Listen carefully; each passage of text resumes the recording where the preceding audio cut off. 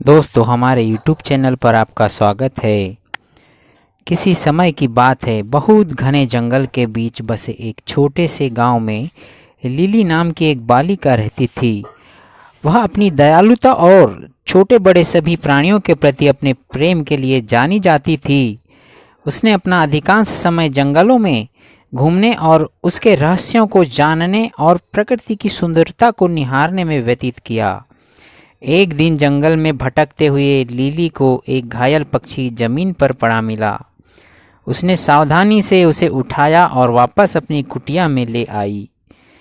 उसने चिड़िया के घावों की मरम्मत पट्टी की और उसकी देखभाल कर उसे फिर से स्वस्थ कर दिया।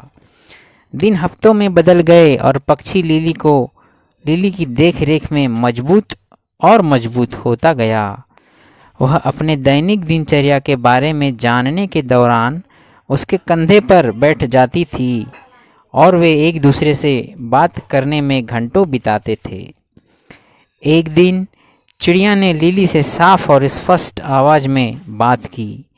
मेरी जान बचाने के लिए धन्यवाद, इसने कहा। मैं सिर्फ कोई पक्षी नहीं हूँ, मैं एक जादुई पक्षी हूँ। मेरे पास आपको 3 इच्छाएं देने की शक्ति है।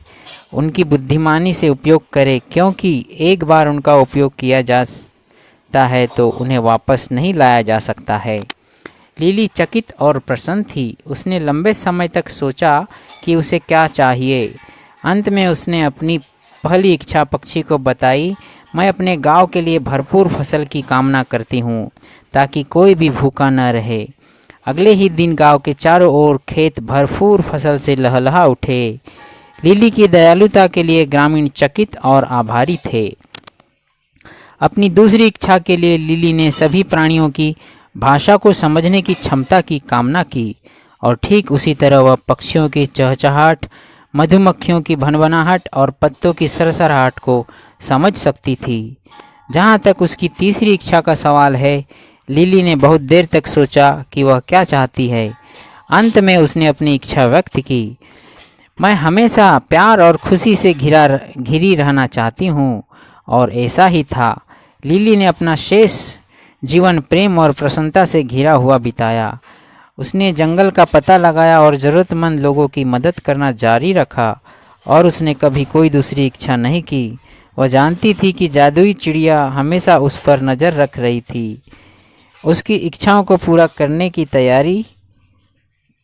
तैयार थी अगर उसे उसकी आवश्यकता थी। मगर अब लिली बहुत प्रसन्न थी और इस तरह जीवन खुशियों से भर गया। धन्यवाद।